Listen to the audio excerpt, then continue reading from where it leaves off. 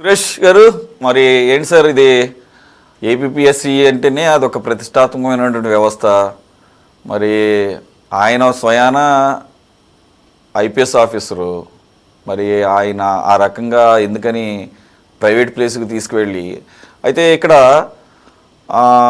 ఇప్పటివరకు charge sheet అయిపోవడానికి గల కారణం ఈ ఎఫ్ఎస్ఎల్ రిపోర్ట్ గురించే వెయిట్ చేస్తున్నారని అనుకోవాలి. అయితే దీంతో పాటు ఆ రోజు మూల్యాంకనాన్ని పర్యవేక్షించారు. అక్కడ వరకు మళ్ళీ ఇది ఒకటి ఒక చిన్న బెటర్మెంట్ ఉందండి. మూల్యాంకనం చేసిన వాళ్ళు అర్హత ఉందా లేదా పక్కన పెడితే, పర్యవేక్షణ కోసం మాత్రం సీతారామాంజనేయులు గారి ఆదేశాల మేరకు ఏపీపీఎస్సీ నుంచి వాళ్ళ పేర్లు కూడా వచ్చినాయి. ఒక 4-5 పేర్లు ఉన్నాయి. వారు కూడా అక్కడ ఉండి ఫిజికల్గా మాన్యువల్గా మూల్యాంకనం జరిగినట్టు ఒక నెల పాటు ఉంచారంట. మరి ఒక నెల పాటు అలా ఉంచొచ్చా? ప్రైవేట్ ప్లేస్కి తీసుకువెళ్ళి ఆన్సర్ షీట్స్, ఓఎంఆర్ షీట్స్ అనేది అదొక పెద్ద, అసలు బయటికి తీసుకెళ్ళడమే పెద్ద తప్పు.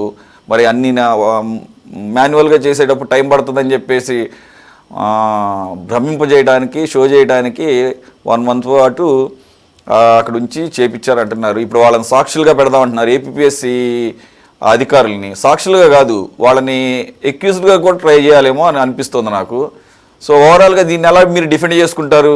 ఇది కూడా చట్టవిరుద్ధంగా, లేకపోతే మీరు కక్షపూరితంగా ఇదంతా క్రియేట్ చేశారని అనుకోవాలా? హాయ్లాండ్లో ఏమి సీసీటీవీ ఫుటేజ్లు ఏవి లేకుండానే, లేకపోతే టెక్నికల్ ఎవిడెన్స్ లేకుండానే, ఏ ఎవిడెన్స్ లేకుండానే కేసు ఎఫ్ఎస్ఎల్ రిపోర్టుల దాకా వెళ్ళిందని చెప్తారా?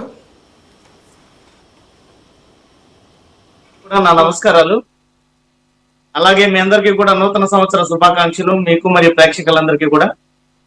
ఇప్పుడు మీరు తీసుకొచ్చినటువంటి డిబేట్ టాపిక్ ఏదైతే మూల్యాంకనలో గ్రూప్ 1 మూల్యాంకనలో, మాన్యువల్ మూల్యాంకనలో అవకతవకలు, దీని మీద గత ప్రభుత్వం అక్రమాలకు పాల్పడింది అని మాట్లాడుతున్నారు.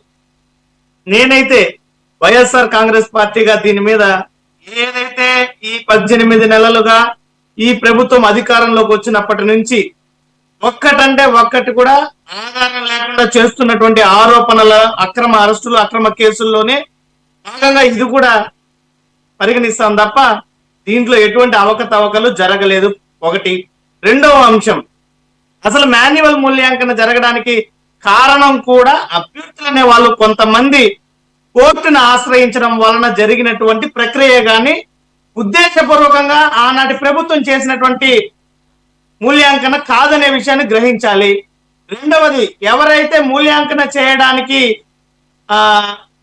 సెలెక్ట్ చేస్తారో వాళ్ళందరూ కూడా యూనివర్సిటీ బీసీల పరిధిలోనూ, అదేవిధంగా కాలేజీల నుంచి వస్తారు తప్ప ఏపీపీఎస్సీ తీసుకొచ్చేటువంటి పరిస్థితి ఉండదు. ఏ అభ్యర్థిది ఎవరు మూల్యాంకన చేస్తారన్న విషయం వాళ్ళకి కూడా తెలియదు, చేసే వాళ్ళకి.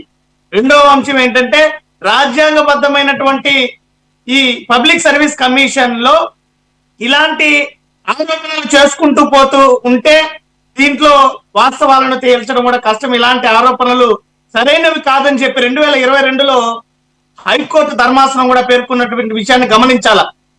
అప్పుడు అభ్యర్థులు దీని మీద ఈ మూల్యాంకన పైన అవకతవకలు జరిగాయి అంటూ ఎవరైతే దాంట్లో ఉత్తీర్ణత సాధించలేదో వాళ్ళు వెళ్ళినటువంటి నేపథ్యంలో హైకోర్టు ధర్మాసనం చేసినటువంటి వ్యాఖ్యలు, రాజ్యాంగబద్ధమైనటువంటి పబ్లిక్ కమిషన్ పైన ఈ రకమైనటువంటి ఆరోపణలు చేసుకుంటూ పోతే దీనిపైన ఏ రకంగా కూడా విశ్వాసాన్ని పెంచేటువంటి పరిస్థితి ఉండదు, ఇవి భవిష్యత్తులో ప్రమాదకరంగా తయారవుతాయి అన్నటువంటి రీతిలో ఆనాటి వ్యాఖ్యలు కూడా ఉన్నటువంటి పరిస్థితి.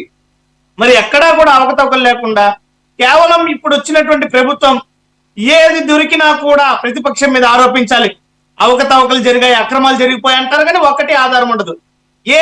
ఈ రోజు సూటిగా ప్రశ్నిస్తున్న వైఎస్ఆర్ కాంగ్రెస్ పార్టీగా ప్రతిదీ ఆరోపణ చేస్తున్నటువంటి ఈ యొక్క కూటమి పార్టీ నాయకులు ఫలానా దానికి ఫలానా ఆధారం ఉండి మేము ఆరోపణ చేస్తున్నామని ఉండి మీద చేసుకొని చెప్పగలరా? ఆధారాలంటే ఇప్పటి వరకు ఎందుకు నిరూపించలేకపోయారన్నది చెప్పగలుగుతారా? 18 నెలల సమయం కావాలా ప్రతి ఒక్క దానికి ఆధారాలు సేకరించడానికి? అదే చంద్రబాబు నాయుడు గారి స్కిల్ స్కామ్ లో ఆయన అవకతవకలు పాల్పడ్డాడు, ఈ విధంగా 100 కోట్ల రూపాయల అవినీతికి పాల్పడ్డాడని పూర్తి ఆధారాలు తీసుకొని పోయి జడ్జి ముందర నిలబెట్టి వారి అరెస్టుకు అనుమతి తీసుకొని వచ్చి అరెస్ట్ జరిగినటువంటి ప్రక్రియ. ఏ రకంగా మీరు ఆధారాలు 18 నెలలుగా తీసుకొస్తున్నారు? సవాళ్లు చేస్తున్నారు మా నాయకులు. హైకోర్టులకు మేము రిటర్న్ కేసులు వేస్తున్నాం, ప్రధానమంత్రి గారికి లేఖలు రాస్తున్నాం, శాస్త్రవేత్తంగా ఈ దద్దమ్మ ప్రభుత్వానికి ఆధారం చూపించి నాకు శిక్ష ఏంటి? మేమే అడుగుతున్నాం. That is YSRCP. వీళ్ళు చేతకాని నాయకులు. పసుపులేటి సురేష్ గారు, పసుపులేటి సురేష్ గారు ఒక్క నిమిషం, పసుపులేటి సురేష్ గారు ఒక్క నిమిషం, పసుపులేటి సురేష్ గారు ఒక్క నిమిషం. ఇప్పుడు ఎఫ్ఎస్ఎల్ రిపోర్ట్ ఏంటది, ఆధారం కాదా? ఎఫ్ఎస్ఎల్ రిపోర్ట్ వచ్చిన శాస్త్రీయంగా దాన్ని ఎవరు ప్రకటించారు? నిర్ధారించిందా, ధృవీకరించిందా? కోర్టు ఎవరైతే మీరు అంటున్నారో అసలు ఆ ప్రొఫెసర్లే కాదు, వాళ్ళని తీసుకెళ్లిపోయారని అన్నారు. ఆ వ్యక్తుల పేర్లు బయట పెట్టారా? ప్రభుత్వం బయట పెట్టిందా? సార్ ఆవేశపడకండి సార్, మీరు ఆవేశపడినంత మాత్రాన్ని వాస్తవాలు అంతకన్నా పెద్ద వయసులు ఉన్నాయి ఇక్కడ, అందరికీ ఉన్నాయి. ఒక్క నిమిషం ఆగండి సార్, మీరు చెప్పింది మీరు అందుకని తప్పు మాట్లాడలా. ఒక్క నిమిషం ఆగండి సార్, నేనే మిమ్మల్ని ఆపట్లేదు సార్, ఒక్క నిమిషం ఆగండి. మీరు ఇప్పుడు మాట్లాడిన ప్రతిదీ కూడా ఆపోజిట్ గా ఉంది. ఒక్క నిమిషం, చంద్రబాబు నాయుడు గారు కేసులు వరుసగా కొట్టివేస్తాం అనేది అదొక అంశం, దాని గురించి కావాలని మాట్లాడదాం. ఒక్క నిమిషం ఆగండి సార్, ఒక్క నిమిషం ఆగండి సార్, ఒక నిమిషం ఆగండి, దాని గురించి డిబేట్ పెట్టుకుందాం, మళ్ళీ సెపరేట్ చేద్దాం, మాట్లాడదాం డీటెయిల్ గా. కానీ మీరు ఏదైతే చెప్పారో చంద్రబాబు నాయుడు గారి అరెస్ట్ కి అన్ని ఆధారాలు సేకరించి, అన్ని ఆధారాలు కాదండి, అసలు ఏ బేసిస్ మీద అరెస్ట్ చేస్తున్నారు ఆధారాలు అంటే తర్వాత చూపుతామని చెప్పేసి ఆయన చెప్పడం కాదు, కోర్టులో చెప్పారు. కాబట్టి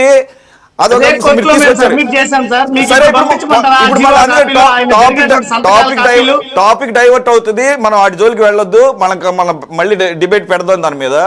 దీనికి కన్ఫైన్ ఏంటండి, దీంట్లో ఎన్ని వైలేషన్స్ అంటే మీరు చెప్పిన దానికి హాయ్లాండ్కి వెళ్ళిందా లేదా, వాల్యుయేషన్ పత్రాలు ఓఎంఆర్ షీట్లు హాయ్లాండ్ అనే ప్రైవేట్ ప్లేస్ లో పెట్టారా లేదా? పెట్టారు. సురేష్ గారు ఆ ప్రశ్నకి సమాధానం చెప్తానండి. ఇప్పుడు రాజ్యాంగబద్ధమైనటువంటి పబ్లిక్ కమిషన్ కి తగినటువంటి నియమ నిబంధనలు ఉంటాయి. ఆ నియమ నిబంధనల ప్రకారం ఎక్కడైనా ఉల్లంఘన జరిగిందన్నది ఇప్పటికైనా చూపించారా? అలాగే మీరు ఏదైతే ఇందాక చెప్పారో యూనివర్సిటీలు విద్యాలయాల్లో మాత్రమే వాల్యుయేషన్ జరగాల్సినటువంటి జవాబు పత్రాలు ప్రైవేట్ ప్లేస్ లో జరగడం అనేది విరుద్ధం, ప్రైవేట్ ప్లేస్ లో జరగడం అనేది విరుద్ధం. అలా 1 మంత్ పాటు పెట్టుకొని సంబంధం లేనటువంటి వ్యక్తులతో మూల్యాంకనం చేపించడం అంతకన్నా విరుద్ధం. దాంతో పాటుగా ఆల్రెడీ ఆ గతంలో ఏదైతే హైకోర్టు, ఇక్కడ హైకోర్టు యొక్క ఉత్తర్వులను కూడా ఉల్లంఘించినట్టే. హైకోర్టు ఏమని చెప్పింది, రీవాల్యుయేషన్ చేయమంది. కానీ ఇక్కడ జరిగిందేంటి, ఆల్రెడీ ఆటోమేటిక్గా వాల్యుయేషన్ జరిగినటువంటి మార్కుల్ని యాజ్ ఇట్ ఈజ్గా ఈ మాన్యువల్ మూల్యాంకనంలో కూడా చేశారు. అది కూడా చట్టవిరుద్ధమే, కోర్టు ధిక్కరణ కిందే వస్తుంది. కాబట్టి మీరు అన్నట్లుగా ఏంటంటే ఇప్పుడు ఎఫ్ఎస్ఎల్ రిపోర్ట్ కోర్టు ముందుకు వెళుతుంది, అప్పుడు కోర్టు ఏమని వ్యాఖ్యానిస్తుందో మళ్ళీ డిబేట్ పెట్టుకుందాము, అప్పుడు మీ రెస్పాన్స్ ఏంటనేది తీసుకుంటాను నేను. సార్ కృష్ణానీల్ గారు చెప్పారు సార్, కానీ నా వాదన ఏంటంటే, ఆ వాదన ఇక్కడ ఒకటే స్పష్టం, ప్రతి దాన్ని కూడా ఆరోపణలు చేసి ప్రతి దాన్ని కాదు. అవును అవును అవును సార్, ప్రతి దానిలో కూడా కాదండి సురేష్ గారు, ఒక నిమిషం షాబీర్ గారు, ప్రతి దానిలో అవకతవకలు జరుగుతున్నప్పుడు ప్రతి దాన్ని కూడా దర్యాప్తు చేస్తారు, ప్రతి దాన్ని కూడా చట్టబద్ధంగా చట్టపరంగా చర్యలు తీసుకుంటారు. మీరేమన్నారు ఒక్క నిమిషం, మీరేమన్నారు ఎటువంటి అవకతవకలు జరగలేదన్నారు, దానికి కట్టుబడి ఉండండి. మళ్ళీ ప్రతిదాన్ని అని ఎందుకంటారు, ఫేస్ చేయండి, మీ తప్పేమీ లేదు అనుకున్నప్పుడు ఫేస్ ఇట్, ఓకే ప్రూవ్ చేస్తారో లేదని చూద్దాం. కృష్ణానీల్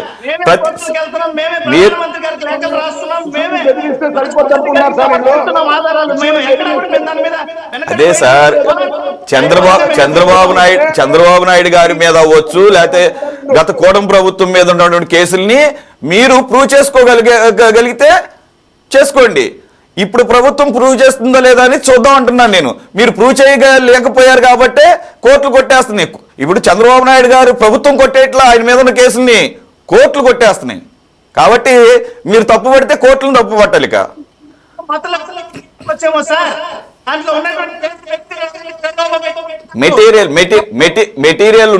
మెటీరియల్ ఉంటే ఇష్టం వచ్చినట్టు కోర్టులు కొట్టేవండి. ఇవేం తమాషాలుగా అదే ఇప్పుడు ఓకే సార్, ఇప్పుడు మన న్యాయస్థానాల్లో ఎక్స్టెండ్ అవుతుంది. ఒక్క నిమిషం ఆగండి. మీరు న్యాయస్థానాలకు వెళ్ళారు కదా, కొట్టేసినటువంటి ఉత్తర్వులను కూడా అడిగారు కదా కొంతమంది ఇండిపెండెంట్ జర్నలిస్టులతో. వాళ్ళంతా వైసీపీ కార్యకర్తలా కొన్ని సంవత్సరాల నుంచి పనిచేస్తున్నారని అందరికీ తెలుసు. కానీ దాని మీద ప్రత్యేకంగా డిబేట్ పెడదాము. ఏంటి అచ్చంగా ఒకటే టాపిక్, చంద్రబాబు నాయుడు గారి కేసుల మీదే. ఓకే, మిమ్మల్ని పిలుస్తా కృష్ణానీల్ గారు.